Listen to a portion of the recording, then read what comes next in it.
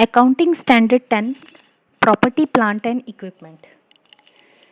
So, this standard is related to the accounting treatment of property, plant and equipment and its impact in the financial statements.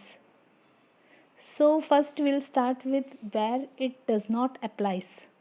So, wherever the separate accounting standards are there, it will not apply to that items like biological assets related to agricultural activity other than bearer plants. Bearer plants are covered under this. The standard applies to bearer plants but it does not apply to the produce on bearer plants. So we will see the definition of bearer plants later, but it applies to bearer plants, but whatever the produce is from the bearer plants, to that this accounting standard doesn't apply.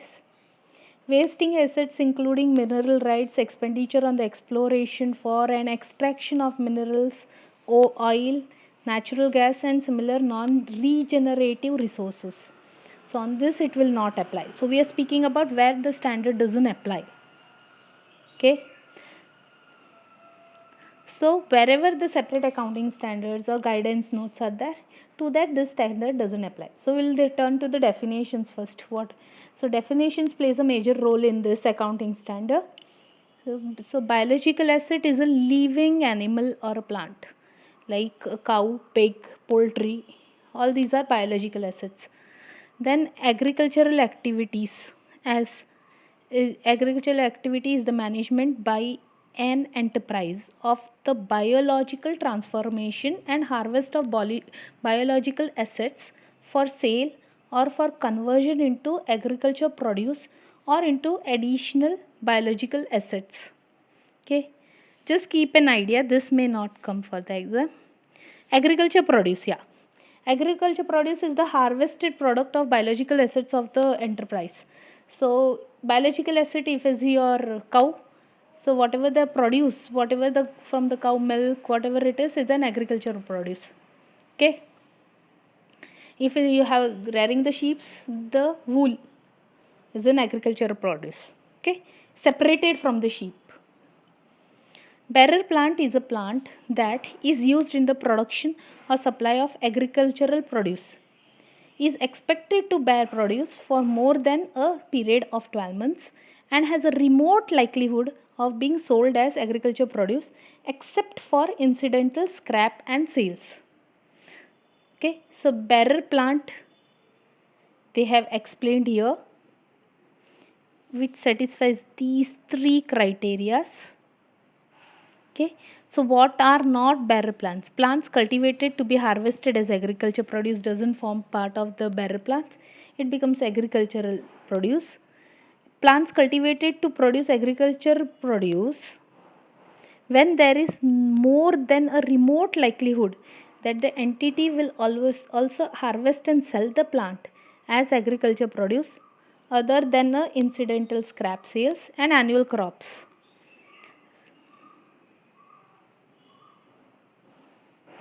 So we'll turn to carrying amount.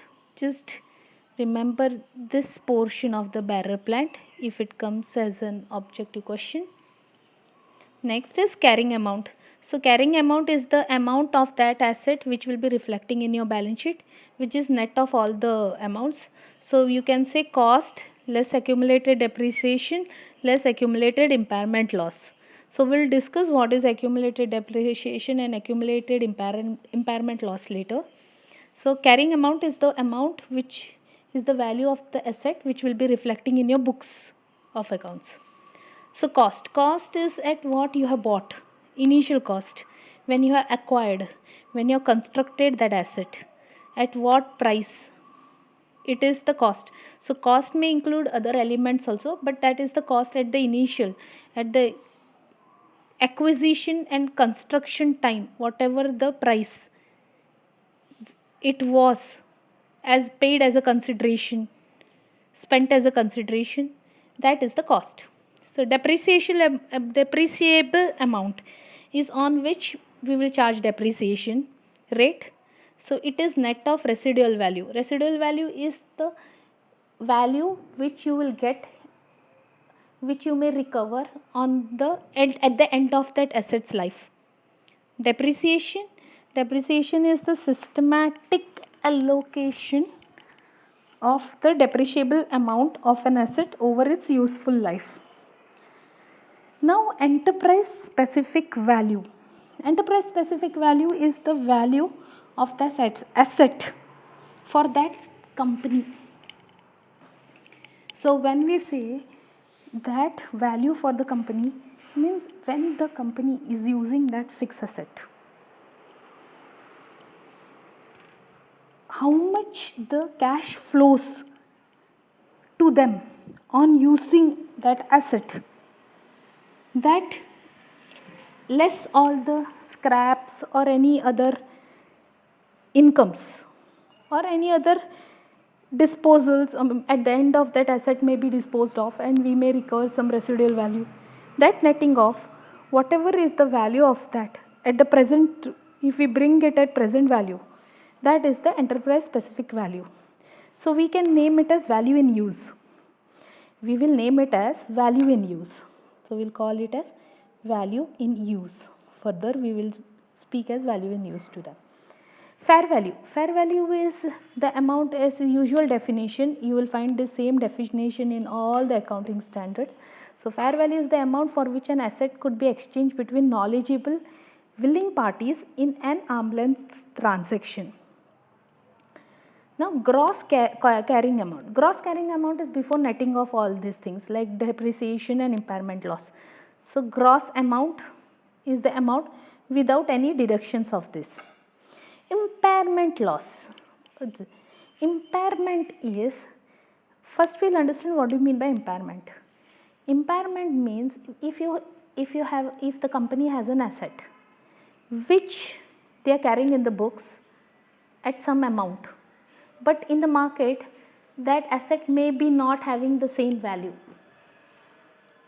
It may be less than, like if they have, for an example, if the company is in a manufacturing business and they have some machinery in their books and new machinery has been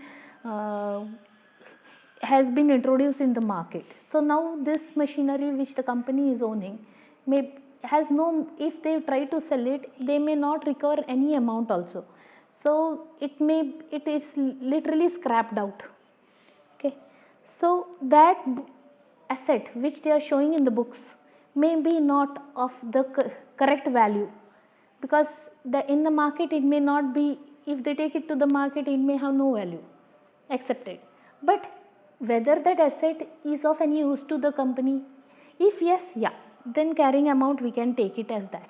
So what is impairment? Impairment is showing the amount, showing the value of an asset in the books at the price more than what is that worth to the company itself, or if it is going and selling in the market, then that market price. So what we can say as impairment? Impairment is when the carrying amount is more than recoverable amount. Now when we say recoverable amount comprises of two items. One is value in use and other is its selling price. So when your carrying amount is more than any of one of this, then it is impaired. Okay.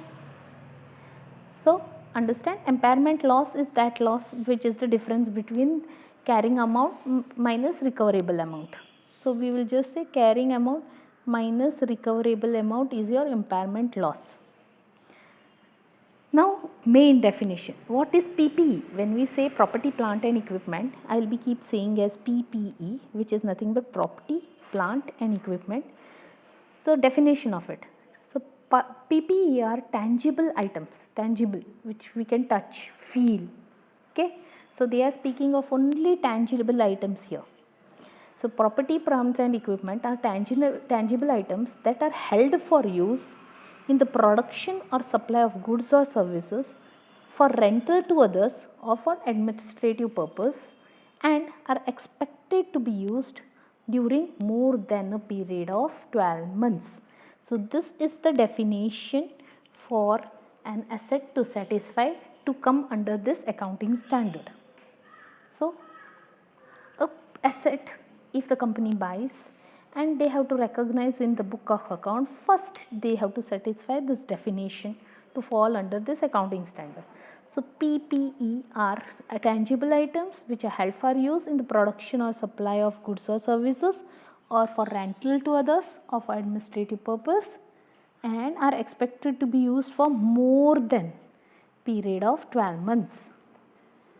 Now recoverable amount. Recoverable account is related to that impairment loss which I spoke here. So recoverable amount is higher of asset net selling price or value in use, which I said here. So recoverable account is value in use or net selling price, whichever is higher. So in this, any of these higher will become the recoverable amount, and then we will compare carrying amount with recoverable amount. If carrying amount is more than that amount, then it's impaired. If carrying amount is less than recoverable amount, then no impairment. Okay. Next, useful life, residual value. So residual asset is an estimated amount that an enterprise would currently obtain from disposal of the asset after deducting the estimated cost of disposal if the asset has already of the age and in the condition expected to. So residual value is at the end you want to scrap out that asset because you are buying new. So what money you will recover from selling, that amount is called to be a residual value. Okay. So disposal amount after all the cost, net disposal amount. Like if you are disposing one machinery, someone is ready to buy at a scrap price, but he may say that you have to spend for lifting that machinery and putting it to our premises. The expenses you are incurring to pay to some people to lift that and put, that you should net out from the selling price, disposal price, and then that net figure is your residual value. Useful life. Useful life is the asset which is which is in use with the company, the period which is available for use to the enterprise, and the number of production or similar units expected to be obtained from the asset by an enterprise. So the working condition we can say in a simple words. Now recognition criteria, important. So what is the recognition criteria? We have to remember this line clearly. As we in solutions, we have to find this, we have to satisfy when we understand any asset is a PPE and it falls under this accounting standard. Second thing is to recognize it as an assets in the books, it should satisfy these conditions. So what are the conditions? That the PPE should be recognized an asset if and only if, they are saying if and only if it is probable that future economic benefits, okay, future economic benefits associated with the item will flow to the enterprise and the cost of the item can be reliably measured. So when they said this is very important, probable future economic benefits will flow to the enterprise, means that asset will be called as an asset PPE and can be recognized here if it is about to give them some benefits in the future, and that benefit should flow to that company only, and it can be reliably measured, the cost can be reliably measured. Okay. So this who satisfies the recognition criteria will be recognized as a PPE. Okay. So items such as spare parts are usually treated as inventory and should be recognized as P&L. So spare parts which are routine spare parts which scrap out and they keep on changing, that can't become the part of PPE. It can't be called as fixed asset. It is a inventory. So inventories are frequently it's like a routine ones, spare parts which will be keep on easily available, low price, Okay, these all criteria will be there, and that will be called as inventory and not a fixed asset, and that should be recognized immediately in the P&L account as and when it is consumed. But that its spare parts, which are the major parts of the fixed assets, like we have a machinery whose spare parts, whose some part is there, nut bolt or something, which they require frequently to change. That more nut bolts are of low values, easily available, that doesn't make your asset too much to disturb. It doesn't increase the useful life of asset. If you replace it also, it doesn't your machinery's life doesn't increase. It's just the routine part which is to be replaced frequently, then that is an inventory. But if that machinery has some part which is replaced, and because of replacing, the production may increase, its life may increase. If it was expected to work for 5 years, because of the replacement it may work for another 2 more years. So such spare parts is the major parts.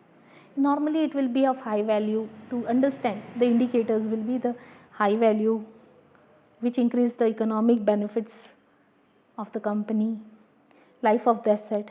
Such will be treated as an PPE and included as a fixed assets. So fixed assets are nothing but non-current assets.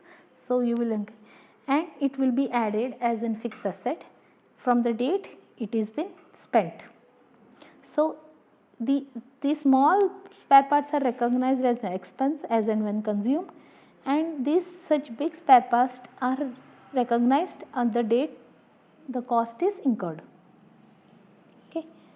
Now items that can be exclusively with an item of PPE should be accounted as. So like that asset has one part which is required to be worked with, that it is required to be a part of that. Obviously that part is to be recognized as a PPA because it's a major part of it. Okay. So this standard gives, the standard gives very much importance to these conditions. These conditions should be satisfied. Economic benefits should increase. That economic benefit should flow to the enterprise. Okay. Then that should be material. The values will be big amounts. Then insignificant amounts they may expense it out. But if it's the major amount which is increasing the economic benefits of that assets, the future life of the asset, then it will become the part of PPE. Okay. The enterprise evaluates under this recognition principle all its cost on PPE at the time they are incurred. These costs include costs incurred initially to acquire or construct an asset and subsequently to add, replace part or service it. So when they are recognizing, they will recognize at cost. First, whether we should recognize, then that conditions. Okay, it should be recognized. At what? What should be the price? At cost. Cost means what? So they are saying cost means initially what you have spent, incurred, spent to acquire or construct an asset, and then later any subsequent add, replacing and servicing you do. So what does it mean? We will go. So when they say initial cost, it's explained here. So initial cost is that which you will incur, the payment you will made for constructing, for acquiring, whatever the price you are paying, that will be the cost of that asset. So cost, it will be, here it is explained, it can be anything. It can be a asset which should be of use to that company, then it becomes a PPA.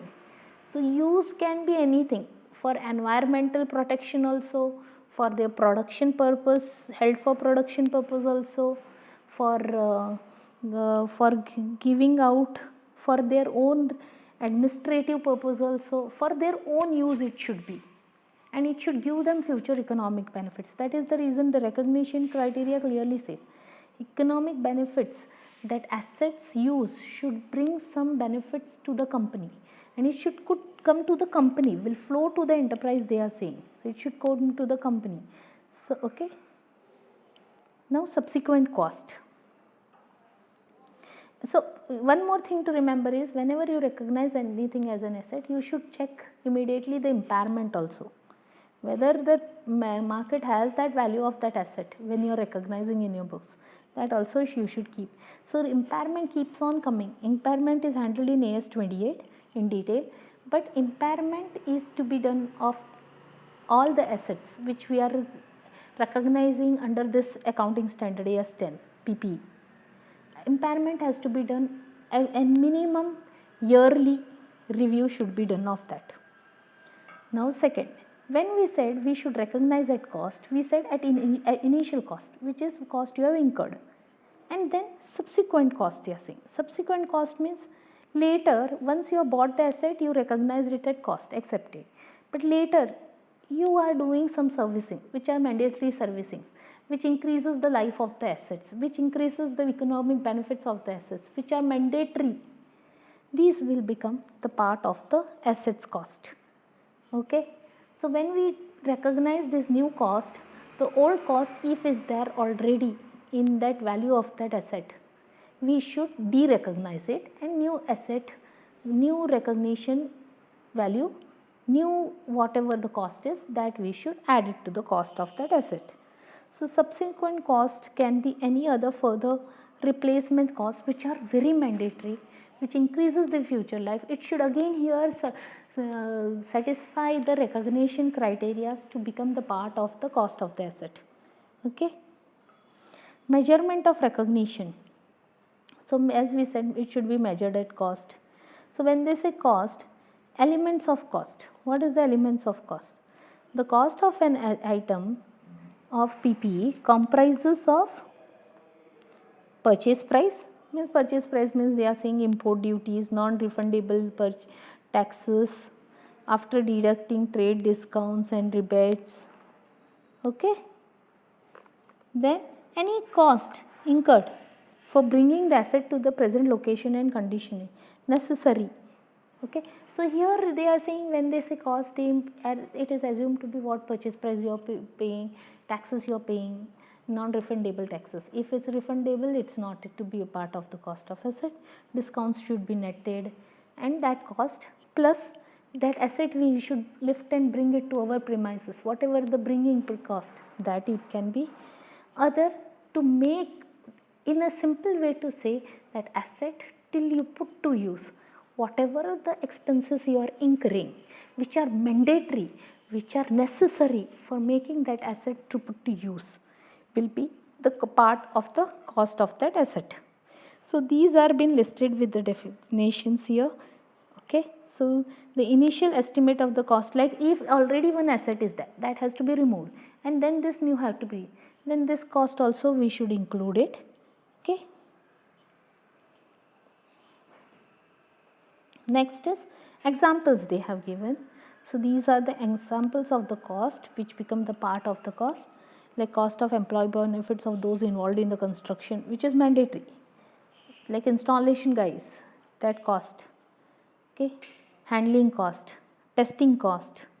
If the testing some products come out and that's sold, then we have to reduce that income. Professional fees, these all becomes the part of that cost of asset. But what should not be the part, that we should remember first. So that cost which should not become the part of PP.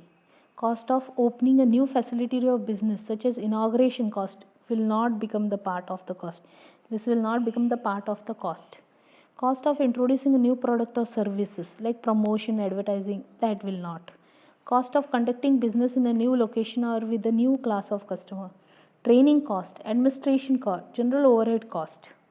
These all costs will not be the part of the cost of the PPE. Okay.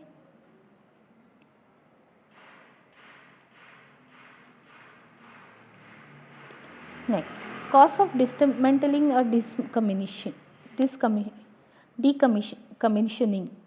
So this is like dismantling and all that cost. So if these all costs are mandatory for installation of a new asset, then yes, it becomes the part. Okay. Cost of self-constructed asset. Now when we say self-constructed, the company itself is building something. So what they are saying, it is determined using the same principles as for acquired asset, means the same recognition criteria has to be fulfilled. If any entity makes similar assets for sale in the normal course of business, the cost of the asset will be the same as the cost of constructing an asset for sale. Therefore, any internal profits are to be eliminated in arriving at such cost.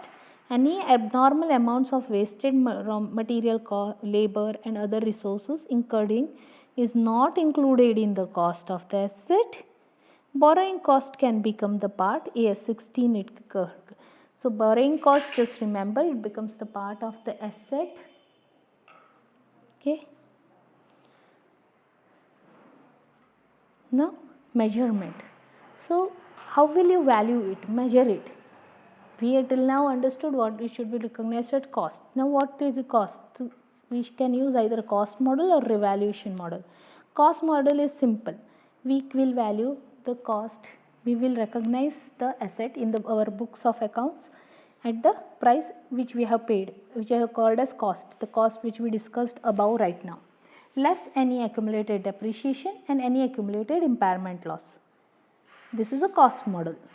Revaluation model is the same, but every period we have to keep revaluing the asset. Revaluing means we will be verifying the price, the fair value of that asset in the market as on the balance sheet date, and accordingly we will revise the amounts in our book of accounts.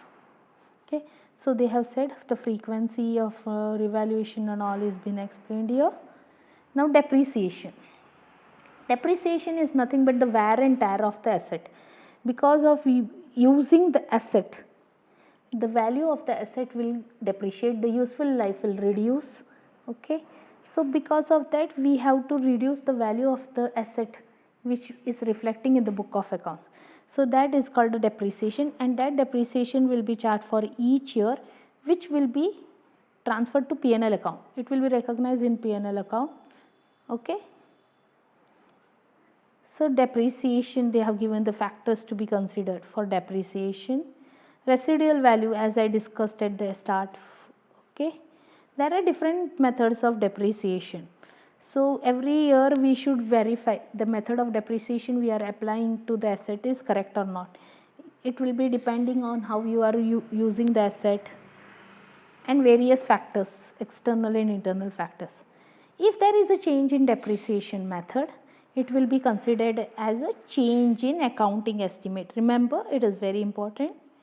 So change in depreciation is a change in accounting estimate. Okay. And the depreciation charge for the current and future periods should be adjusted. So if any change in depreciation method account, we have to revise our earlier balance sheets also. Impairment, yeah, every year end we have to do, minimum every year end we have to do impairment test. Derecognition, if any asset is sold off, we have to remove it from the book of accounts. So it will go out of our balance sheet, and it will be, its profit or loss will be handled on the basis of whether it is on sales or lease basis, or whether it has been replaced with a new asset.